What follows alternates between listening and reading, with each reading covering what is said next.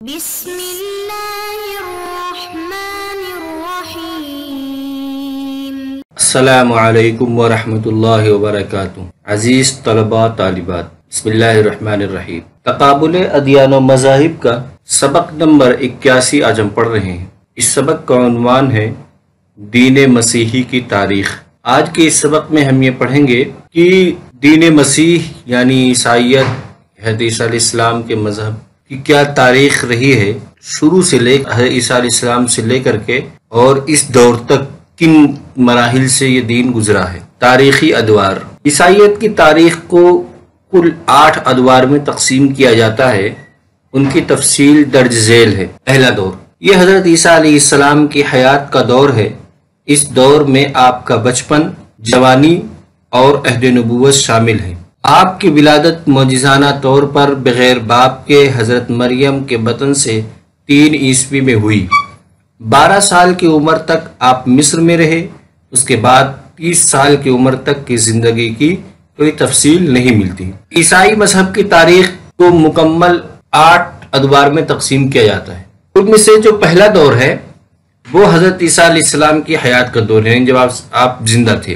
حضرت عیسیٰ علیہ السلام کے اس پہلے دور میں آپ کی جوانی، آپ کا بچپن اور آپ کی نبوت کا زمانہ اور آپ کے رفع الی السماء یا صلیب، یہ تمام چیزیں اس میں شامل ہیں۔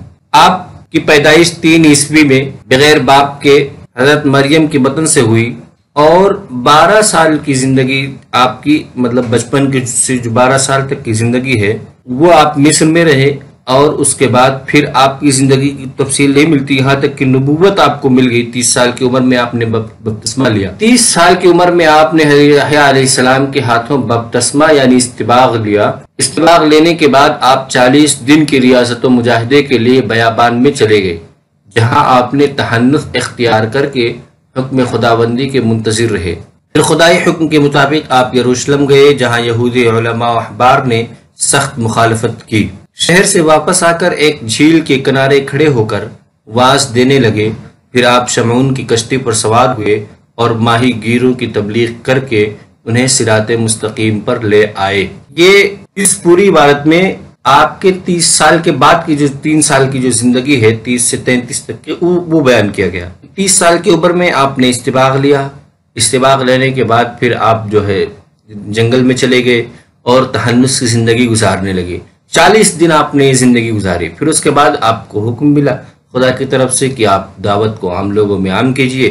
چنانچہ آپ سب سے پہلے یروشلم گئے اور وہاں کے یہودی علماء و احبار نے آپ کی بڑی سخت مخالفت کی۔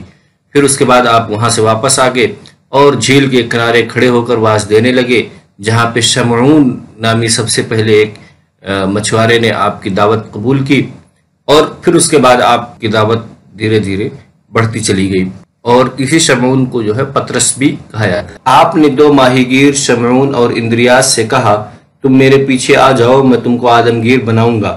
وہ دونوں فوراً آپ کے پیچھے ہو لیے۔ اس طرح آپ کے پہلے 2 حواری یہ 2 بھائی بنے۔ حضرت عیسیٰ علیہ السلام گاؤں اور شہروں میں دعوت و تبلیغ کر کے 12 شاگردوں کی، جنہیں حواری کے نام سے جانا جاتا ہے، ان حواریوں کے نام یعنی 12 شاگرد تیار کیے۔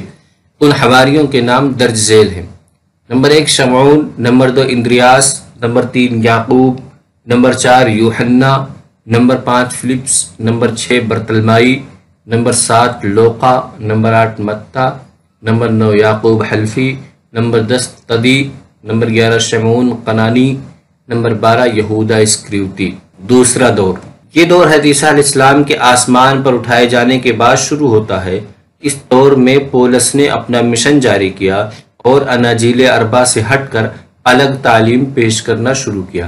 یعنی جب حضرت عیسیٰ علیہ السلام آسمان پر اٹھا لیے گئے، یا عیسائی عقیدے کے مطابق آپ کو سولی دے دی گئی، اس کے بعد پھر پولس جب عیسائیت قبول کیا اور پولس نے اپنی تحریک شروع کی، اور جو اناجیل 4 ہے اس سے ہٹ کر کے، جو مشہور 4 اناجیل ہے، اس سے ہٹ کر کے اس نے اپنی تعلیم پیش کرنی شروع کی۔ یعنی ایک طرح سے جدید مسیحیت کی بنیاد اس نے ڈالنی شروع کی۔ وہ دوسرا دور ہے عیسائیت۔ جب جدید مسیحیت کی بنیاد پڑی تو عیسائیت کا وہ دوسرا دور تھا۔ ابتدا میں تو لوگ خوب اس سے جڑے، مگر جب پولس کی حقیقت معلوم ہوئی تب اس کی مخالفت کرنے لگے۔ جس کے نتیجے میں عیسائی دو گروہ میں بٹ گئے، ایک پالوی عیسائیت، دوسرا یہودی عیسائیت۔ پالوی عیسائیت مطلب کہ جن لوگوں نے اس کی بات، پولس کی بات کو ایکسیپٹ کیا، وہ پالوی وہ عیسائیت کہلائے، جسے جدید عیسائیت کہا جاتا ہے۔ اور دوسرا وہ جو پرانے یعنی اناجیل اربع کو جو ماننے والے تھے، حضرت عیسیٰ علیہ السلام کے دیگر حواریین جو 12 حواری تھے، ان کے جو متبعین تھے، ان کو یہودی عیسائیت کہا جاتا ہے۔ اور اس زمانے میں مذہبی مباحث کا آغاز ہوا اور ان مباحث کے تصفیہ کے لیے کونسلیں منعقد کی گئیں۔ پہلی کونسل 325 میں مقام نیقا میں منعقد ہوئی، اس میں ابنیت عیسیٰ کا فیصلہ کیا گیا۔ یہ دور قسطنطین اعظم کے عہد 313 سے گریگوری اول کے عہد 539 تک ہے۔ اسی دور میں رہبانیت کا رواج ہوا، یعنی عیسائی تاریخ کا تیسرا دور 313 سے شروع ہو کر 539 پہ ختم ہوتا ہے۔ اس دور میں مذہبی مباحث کا آغاز ہوا، یعنی عیسائیت کی تعلیمات پہ بحثیں شروع ہوئی، اور نیقا کے مقام پہ پہلی مذہبی کونسل ہوئی، جس میں حضرت عیسیٰ علیہ السلام کے متعلق ابنیت کا عقیدہ قائم کیا گیا کہ عیسیٰ علیہ السلام خدا کے بیٹے ہیں۔ یہ عقیدہ جو ہے عیسائیت کا لازمی جز بنایا گیا، اور اس کے علاوہ اور بھی فیصلے اس میں لیے گئے۔ آج بھی اسی فیصلے کے بعد سے شروع ہوا ہے، اسی دور میں ہوا، تیسرے دور میں۔ چوتھا دور، یہ دور 590 سے 800 عیسوی تک ہے۔ اس دور کو عیسائیت میں عہد مظلمہ یعنی تاریکی کا دور کہا جاتا ہے، کیونکہ اس دور میں اسلام کا غلبہ تھا اور عیسائیت کو مشرق سے نکل کر مغرب میں پناہ لینی پڑی تھی۔ اس کو یوں کہہ سکتے ہیں کہ عیسائیت کا دور زوال تھا۔ جب اسلام کا غلبہ شروع ہوا تو عیسائیت مشرق کو چھوڑ کر کے مغرب کی طرف جانے لگی، اور مغرب میں یورپ میں اس نے پناہ لی۔ اس دور کو عیسائیت کی تاریخ میں عہد مظلمہ تاریکی کا دور کہا جاتا ہے۔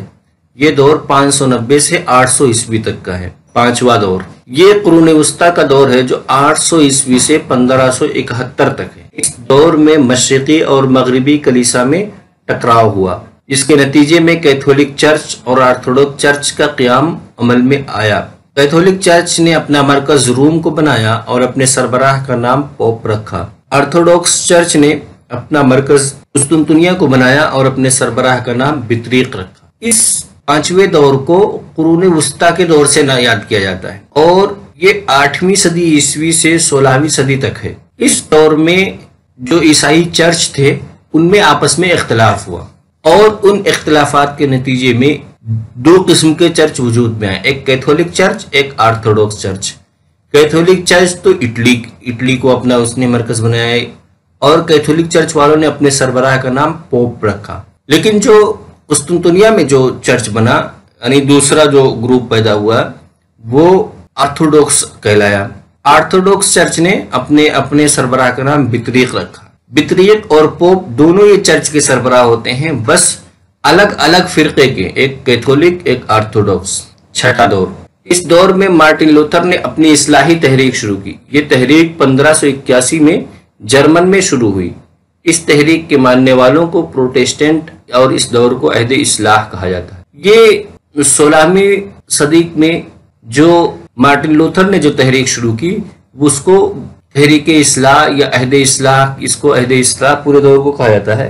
اصلاحی تحریک کا نام پروٹیسٹنٹ نام پڑا، اور اس نے بھی اپنا ایک الگ چرچ قائم کیا تھا۔ 1581 میں مارٹن لوتھر نے اپنی تحریک شروع کی تھی۔ ساتواں دور، عہد اصلاح کے بعد لوگ مذہب کو عقل پر پرکھنے لگے اور یہ کہنے لگے کہ جو باتیں ہماری عقل میں نہیں آئیں گی اور سائنس کے اصولوں پر نہیں اتریں گی، ہم اس کو نہیں مانیں گے۔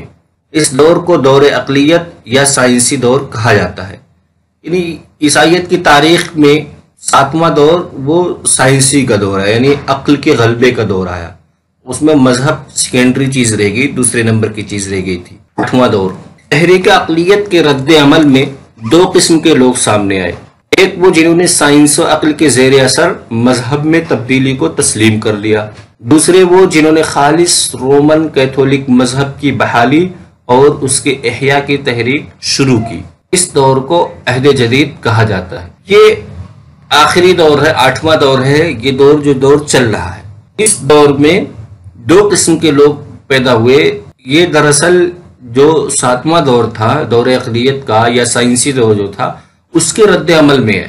اس میں کچھ لوگوں نے تو سائنس اور عقل کو یہ کہہ دیا کہ جو بھی یعنی اس کو ایز اٹ ایکسیپٹ کر لیا کہ جیسے سائنس جو کہتی ہے اگر اس کے مطابق مذہب کوئی حکم سناتا ہے تب تو تسلیم ہے، اگر اس کے خلاف کوئی مذہب کا کوئی فیصلہ یا کوئی حکم ہے تو وہ تسلیم نہیں، بلکہ سائنس کی بات پڑے، یعنی سائنس بھی ان کے نزدیک فرسٹ نمبر پہ رہی اور مذہب دوسرے نمبر پہ رہا۔ اور ایک وہ جنہوں نے یہ کہا کہ نہیں رومن کیتھولک کا جو مذہب ہے وہ ایک نمبر پہ ہوگا اور سائنس کی چیزیں سائنس کی باتیں دوسرے نمبر پہ ہوں گی، انہوں نے رومن کیتھولک کے احیاء کی کوشش کی۔